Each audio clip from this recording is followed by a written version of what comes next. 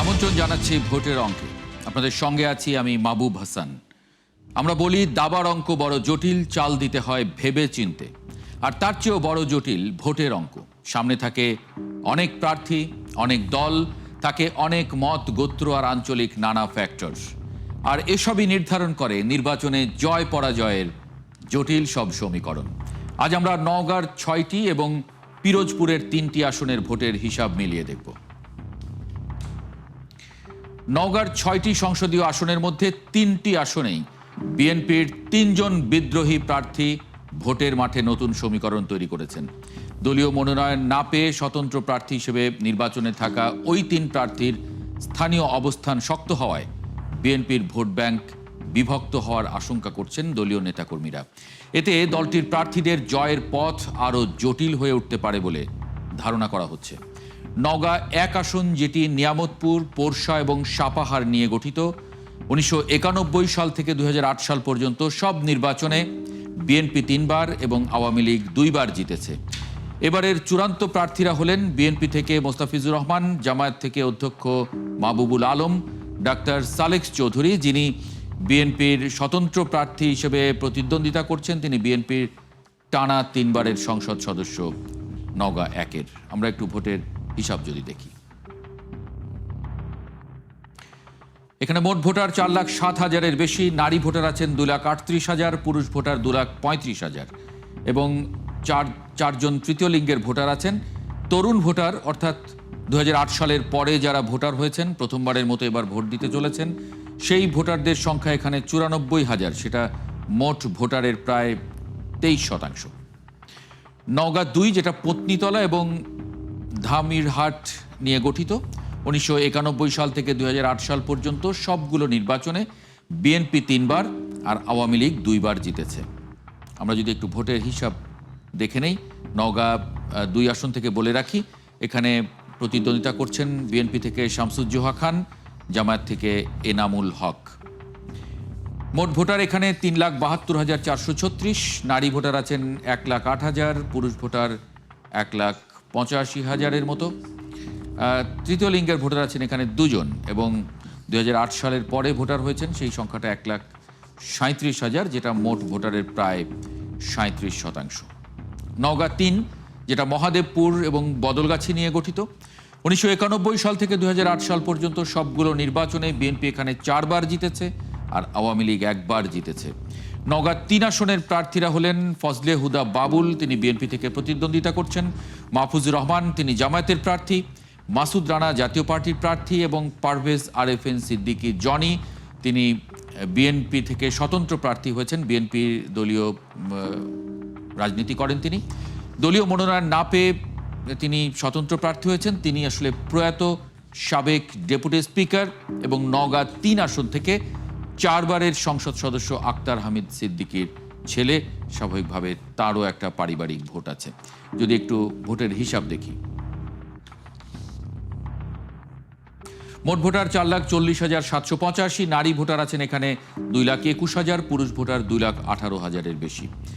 এখানে তরুণ ভোটার ২০০৮ সালের পরে যারা ভোটার হয়েছেন, প্রথমবারের মতো এবার ভোট দিতে চলেছেন, সেই সংখ্যাটা ১,২৭,৬৫২ এবং সেটা মোট ভোটারের প্রায় ২৯%, ২৮.৯৬। নওগাঁ ৪, ১৯৯১ সাল থেকে ২০০৮ সাল পর্যন্ত এখানে সবগুলো নির্বাচনে বিএনপি থেকে ৩ বার এবং স্বতন্ত্র ১ বার জিতেছে, জামায়াত থেকে একজন প্রার্থী জিতেছিলেন ১৯৯১ সালে।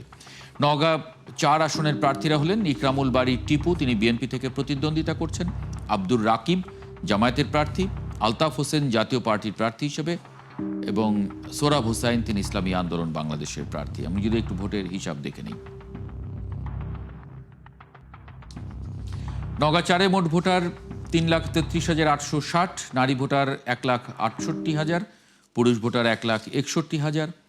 ২০০৮ সালের পরে এখানে ভোটার হয়েছেন, সেই সংখ্যাটা ৯৯,৫০৩ জন, যেটা মোট ভোটারের প্রায় ৩০%, ২৯.৮। নওগাঁ ৫, ১৯৯১ সাল থেকে ২০০৮ সাল পর্যন্ত সদরের এই আসনটিতে সবগুলো নির্বাচনে বিএনপি ৩ বার জিতেছে আর আওয়ামী লীগ ২ বার জিতেছে। ৫ আসনের প্রার্থীরা জাহিদুল ইসলাম ধলু, তিনি বিএনপি থেকে প্রতিদ্বন্দ্বিতা করছেন, আবু সাদাত মোহাম্মদ সায়েম, তিনি জামায়াতের প্রার্থী, শফিকুল ইসলাম সিপিবির প্রার্থী এবং আব্দুর রহমান ইসলামী আন্দোলন বাংলাদেশের প্রার্থী, আনোয়ার হোসেন জাতীয় পার্টি থেকে লড়ছেন। যদি একটু ভোটের হিসাব দেখি, মোট ভোটার 3,06,330 জন, নারী ভোটার 1,82,994, পুরুষ ভোটার আছেন 1,08,000-এর বেশি, এবং এখানে তরুণ ভোটার যারা প্রথমবারের মতো ভোট দিতে চলেছেন সেই সংখ্যাটা 52,541 আসলে। এই সংখ্যাটা মোট ভোটারের 17%। আমরা নওগাঁ 6 যদি দেখি, 1991 সাল থেকে 2008 সাল পর্যন্ত সবগুলো নির্বাচনে এখানে বিএনপি 4 বার এবং আওয়ামী লীগ 1 বার জিতেছে।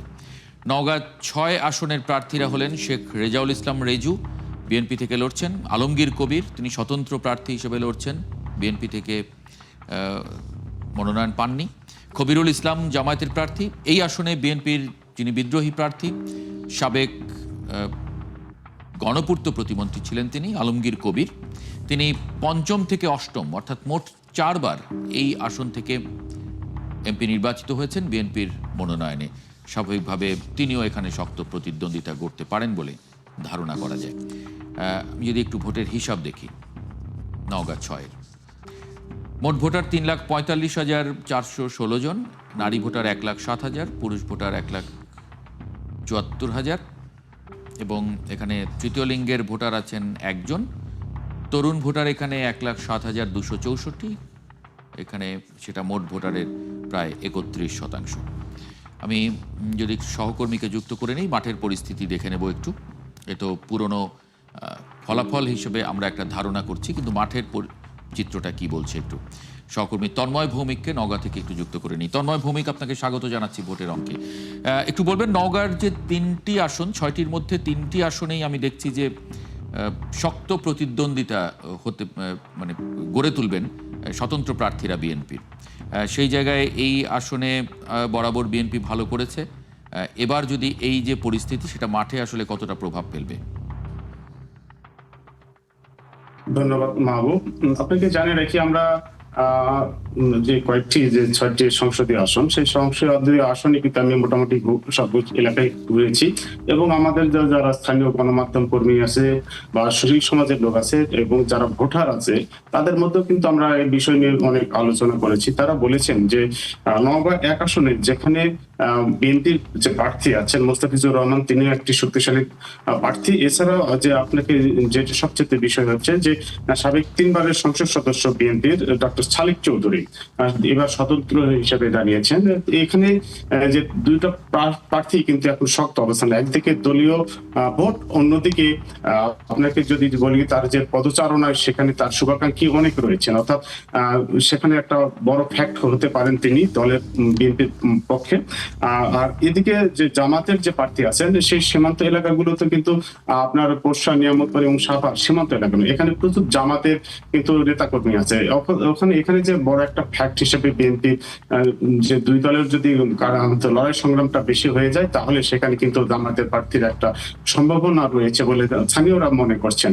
তবে যেহেতু একটা দলের যেহেতু দেশের সবচেয়ে বড় একটি দল এখন বিএনপি দল, সেই দলের যদি নেতাকর্মী তার সক্রিয়ভাবে অংশগ্রহণ করে বা ভোট টানতে পারে, তাহলে বিএনপি হওয়ার সম্ভাবনা রয়েছে। বিএনপি প্রার্থী যে মোস্তাফিজুর রহমান আছে, তবে ওখানে যে একটা লড়াই কিন্তু হাড্ডাহাড্ডি হচ্ছে বলে আমরা জানতে পেরেছি। এছাড়াও আপনাকে জানিয়ে রাখি যে নওগাঁর যে পত্নীতলা আছে, সেখানে কিন্তু আপনাকে জানিয়ে রাখি যে বিএনপির যে প্রার্থী আছেন শামসুজ্জোয়া খান, তিনি কিন্তু বেশ কয়েকবার সংসদ সদস্য হয়েছেন। তার পদচারণা কিন্তু নেতাকর্মীরা বর্তমানে খুবই উজ্জীবিত। এছাড়াও যে জামাতের প্রার্থী আছেন, তিনিও কিন্তু একজন এনামুল হক, তারও কিন্তু এখানে সেই সীমান্ত, অর্থাৎ এটাও সীমান্তবর্তী এলাকা, অর্থাৎ ধামরহাট এবং পত্নীতলা, সেখানে জামাতের একটা প্রার্থী রয়েছে। তবে বিএনপি নেতাকর্মীরা কিন্তু বিগত বছরগুলো কিন্তু খুব লড়াই সংগ্রাম করেছে এবং সক্রিয় অবস্থান হচ্ছে। তবে এখানে যেহেতু বিএনপির বিদ্রোহী নাই, সেখানে কিন্তু একটা বিএনপি একটা ভালো অবস্থানে রয়েছে বলে আমরা জানতে পেরেছি। এছাড়া আপনাকে যদি জানিয়ে রাখি যে নওগাঁ তিন সংসদ সদস্য আসন, 3 বদলগাছি এবং মহাদেবপুর। সেই মহাদেবপুর এখানে আছেন যে সাবেক বিএনপির সাবেক ডেপুটি স্পিকার আক্তার আহমেদ সিদ্দিকীর ছেলে পারভেজ আরিফিন সিদ্দিকী জনি স্বতন্ত্র হিসাবে দাঁড়িয়েছেন, তিনি দলীয় মনোনয়ন পাননি। এছাড়াও আপনাকে জানা যায় যে যিনি বিএনপি থেকে মনোনয়ন পেয়েছেন ফজলে হুদা বাবুল, তিনি কিন্তু মাঠে বেশ কয়েক বছর থেকে পুরোদমে কিন্তু কাজ করছেন এবং তার নেতৃত্বে কিন্তু বিএনপি নেতাকর্মীরাও কিন্তু একটা সক্রিয় এবং শক্ত অবস্থানে রয়েছে। অর্থাৎ এখানে একটি বিএনপির মধ্যেই কিন্তু মোটামুটি দেখা যাবে যে একটা লড়াই সংগ্রাম বা ভোটের যে হিসাব নিকাশ কিন্তু এখানে একটা বড় ফ্যাক্ট হবে এই দুই দলের মধ্যে।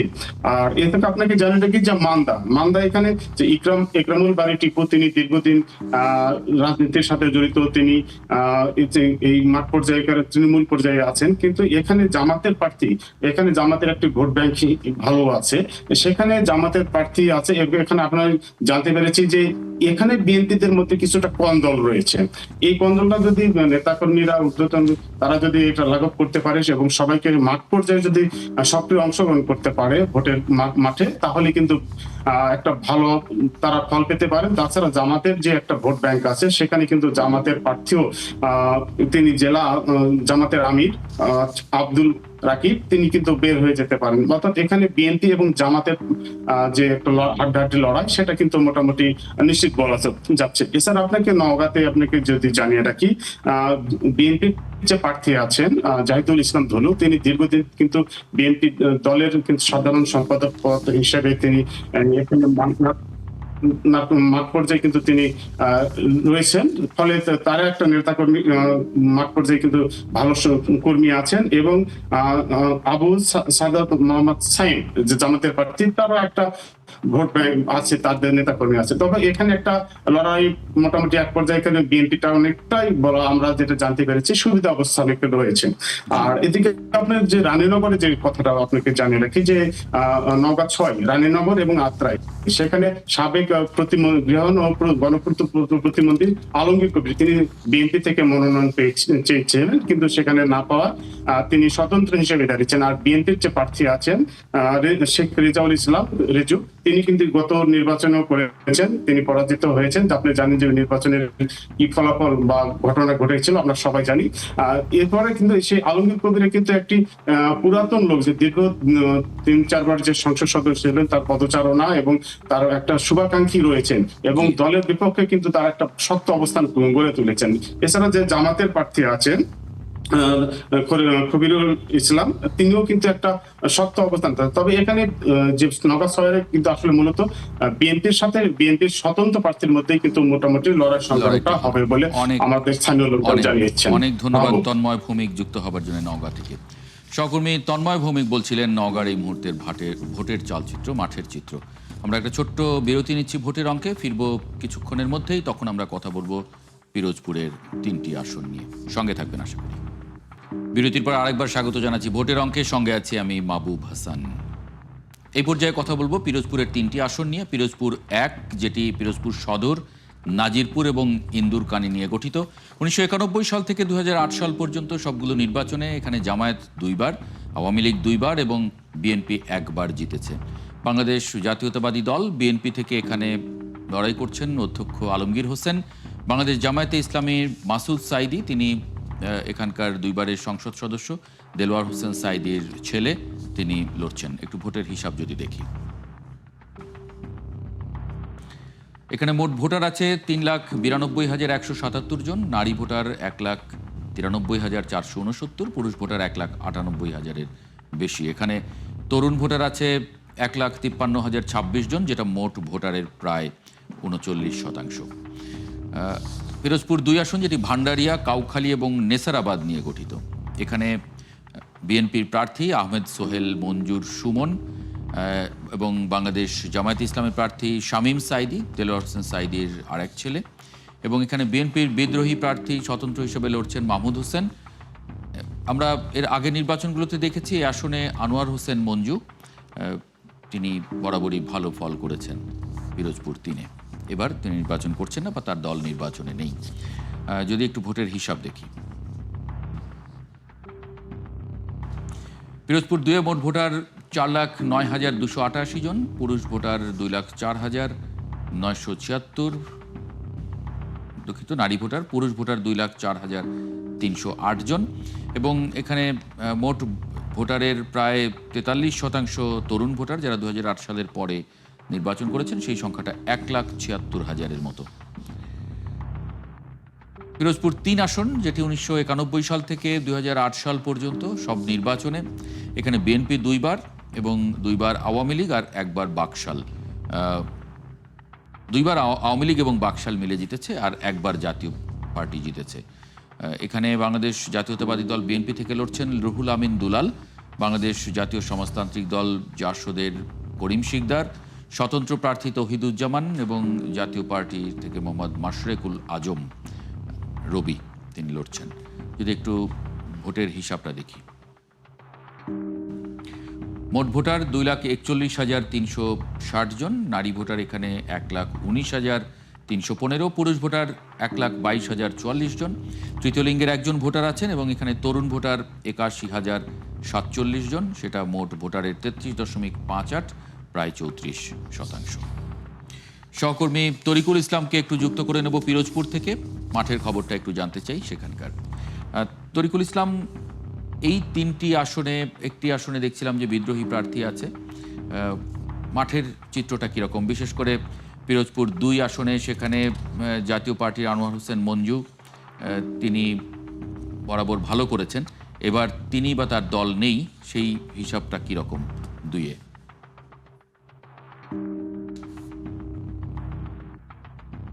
রাখি যে আসন্ন ত্রয়োদশ জাতীয় সংসদ নির্বাচন উপলক্ষে পিরোজপুরের 3টি আসনেই কিন্তু নির্বাচনী হাওয়া কিন্তু বইতে শুরু করেছে। এরই ধারাবাহিকতায় পিরোজপুর 1 আসনে বাংলাদেশ জামায়াতে ইসলামীর সাবেক যে নায়েবে আমির মাওলানা দিলওয়ার হোসেন সাঈদীর ছেলে মাসুদ সাঈদী, তিনি কিন্তু এখানে মনোনীত প্রার্থী, এবং অধ্যক্ষ আলমগীর হোসেন, তিনি কেন্দ্রীয় নির্বাহী কমিটির সদস্য এবং সাবেক জেলা বিএনপির আহ্বায়ক, তিনি কিন্তু এখানে প্রতিদ্বন্দ্বিতা করছেন। এই আসনটিতে আসলে 2জন প্রার্থী রয়েছেন এবং এই 2জন প্রার্থী থাকায় কিন্তু সেই উৎসবের একটি পরিবেশ তৈরি হবে বলে ভোটাররা প্রত্যাশা করছেন। এছাড়া পিরোজপুর 2 আসনে জামায়াতের রয়েছেন তার মাওলানা দিলওয়ার হোসেন সাঈদীর অন্য ছেলে শামীম সাঈদী, এবং বিএনপির যে প্রার্থী রয়েছেন আহমেদ সোহেল মঞ্জুর সুমন, সেখানে কিন্তু এখানে কিন্তু একটি ভালো চমক রয়েছে, কেননা আনোয়ার হোসেন মঞ্জুর যে চাচাতো 2 ভাই রয়েছে, সেই 2 ভাই কিন্তু এখানে প্রার্থী হয়েছেন। এখন একজন ছিলেন বিএনপির স্বতন্ত্র প্রার্থী এবং বিদ্রোহী প্রার্থী মাহমুদ হোসেন, এবং মাহিবুল হোসেন আরেক চাচাতো ভাই, উনি হচ্ছে জেপি জাতীয় পার্টির সাইকেল মার্কায় প্রার্থী হয়েছেন। এই বিষয়টিকে আসলে স্থানীয় মানুষজন বলছেন যে আসলে তার যে বর্ণাঢ্য যে রাজনৈতিক ক্যারিয়ার, এটি তারই একটি বিষয়, কেননা এই যে আহমেদ সোহেল মঞ্জুর সুমন, এখানে কিন্তু ব্যাপক বিএনপির একটি ভোট রয়েছে, বিশেষ করে নেসারাবাদ উপজেলা, এখানে কিন্তু বিএনপির একটি ভোট ব্যাংক রয়েছে। সে কারণে কিন্তু স্থানীয় যে জামায়াতের নেতা রয়েছেন, তিনিও কিন্তু আসলে তার বাবার একটা জনপ্রিয়তা রয়েছে, সেখানে কিন্তু আসলে সেই তার ক্লিন ইমেজের জন্য কিন্তু তারা মানুষ বেছে নিতে পারে জামায়াতকে। এছাড়া পিরোজপুর 3 আসনে কিন্তু এখানে বেশ কয়েকজন প্রার্থী রয়েছে, এদের উল্লেখযোগ্য রয়েছে শামীম হামিদি জাতীয় নাগরিক পার্টি এবং জামায়াতের আসলে জোটের প্রার্থী, তিনিও কিন্তু আসলে ব্যাপক জনসমর্থন তার এখানে দেখা গিয়েছে। এছাড়া বিএনপির প্রার্থী রয়েছে রুহুল আমিন দুলাল। এছাড়া 4 বারের সংসদ সদস্য হচ্ছে রুস্তুম আলী ফরাজি, ইনি এই যে প্রার্থী রয়েছেন, ইনি কিন্তু এর আগে কিন্তু বিভিন্ন দলে আসলে তিনি প্রার্থী হয়ে কিন্তু জয়লাভ করেছেন, এবং স্থানীয় যে মানুষজন বলছেন তার একটি ভোট ব্যাংক রয়েছে নিজস্ব।